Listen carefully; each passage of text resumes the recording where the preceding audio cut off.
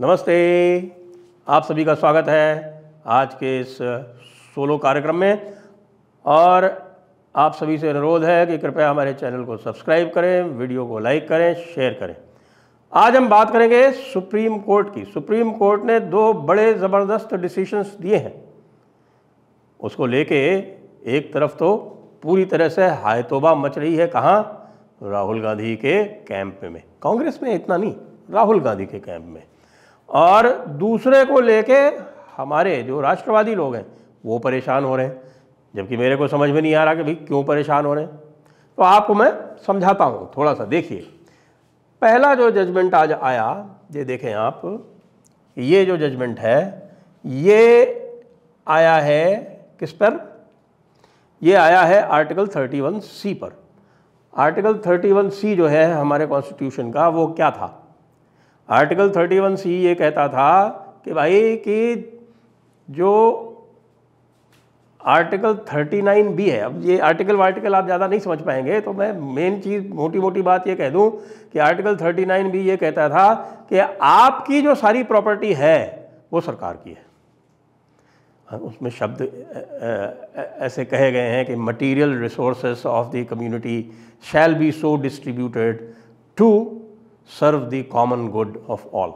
इस तरह की बड़ी बड़ी बातें की गई हैं। मतलब उसका ये होता था कि भैया सारी प्रॉपर्टी सभी की है, जिसको लेके राहुल गांधी चिल्लाया करते थे कि हम सारी प्रॉपर्टी रीडिस्ट्रीब्यूट कर देंगे।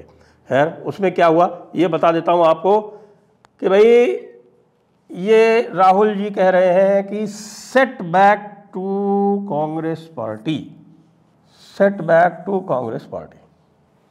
क्यों? Virtue signalling on redistribution of wealth and other socialist fantasies. आपको याद आ गया ना राहुल गांधी क्या कहा कर रहे थे? राहुल गांधी कह रहे थे कि मैं एक्सरे करूंगा और पूरा सबका जो है इकोनॉमिक सर्वे करूंगा, इकोनॉमिक सर्वे करके ये पता करूंगा किसके पास कितनी वेल्थ है और उसको सबको रीडिस्ट्रीब्यूट करूंगा। अब राहुल गांधी जी, अब ये ना हो पाएगा, आपसे भी ना हो पाएगा। आगे मैं इस पर डिटेल में बात करूंगा। तो ये एक काम हो गया। फिर जैसा कि मैंने कहा, इसका जो इम्पैक्ट है ये मैंने यहाँ पर लिखा है, ये जो आप देख रहे हैं कि the judgment effectively renders the term socialist redundant in the preamble. जो हमारे प्रीएम्बल में लिखा हुआ है ना सोशलिस्ट सेक्युलर, तो ये जो सोशलिस्ट शब्द है वो इसके बाद से पूरी तरह से निरर्थक हो गया है। उसे चाहो तो पड़ा रहने दो और चाहे तो निकाल बाहर करो। अब आते हैं हम दूसरे जजमेंट पर। दूसरे जजमेंट को लेके हमारे राष्ट्रवादी ही हाय तौबा मचा रहे, कहने के हाय ये क्या हो गया। और ये है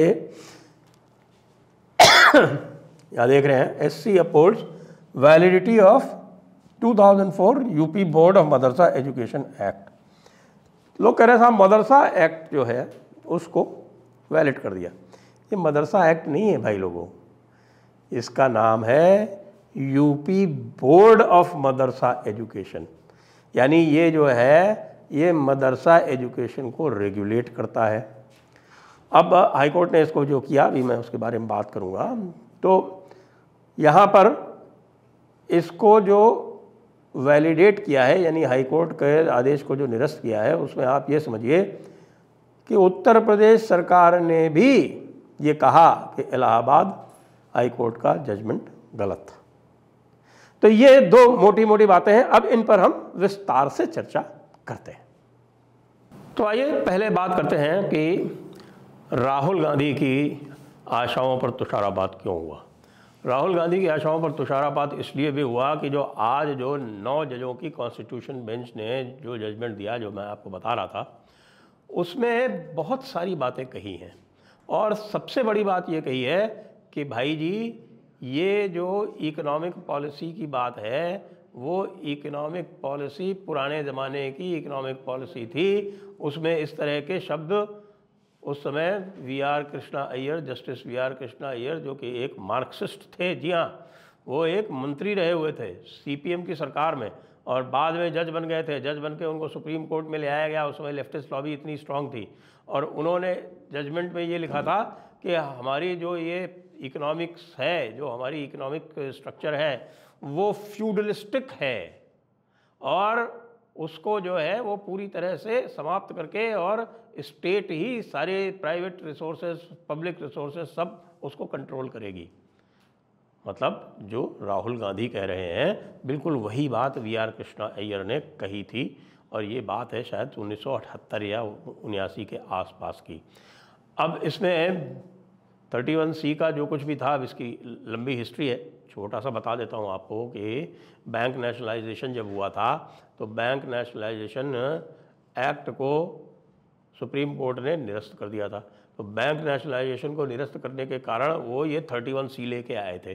फिर 31C को केशवानंद भारती केस जब हुआ था, सबसे बड़ा केस आज तक का जो होता है, उसमें इसके कुछ प्रोविज़न जो थे वो हटा दिए थे। बाद में जब 42nd अमेंडमेंट आया तो उसमें इसको और मजबूत कर दिया गया, और मजबूत करके ये कह दिया गया कि साहब के सारे डायरेक्टिव प्रिंसिपल्स, फिर इसको मिनर्वा मिल्स वगैरह में ये चेंज होके अल्टीमेटली ये हुआ कि साहब की ये केवल 39B और 39C पर लागू होगा। अब प्रश्न ये उठता कि भाई 39B में जो लिखा हुआ है material resources of the community, इसका क्या अर्थ है?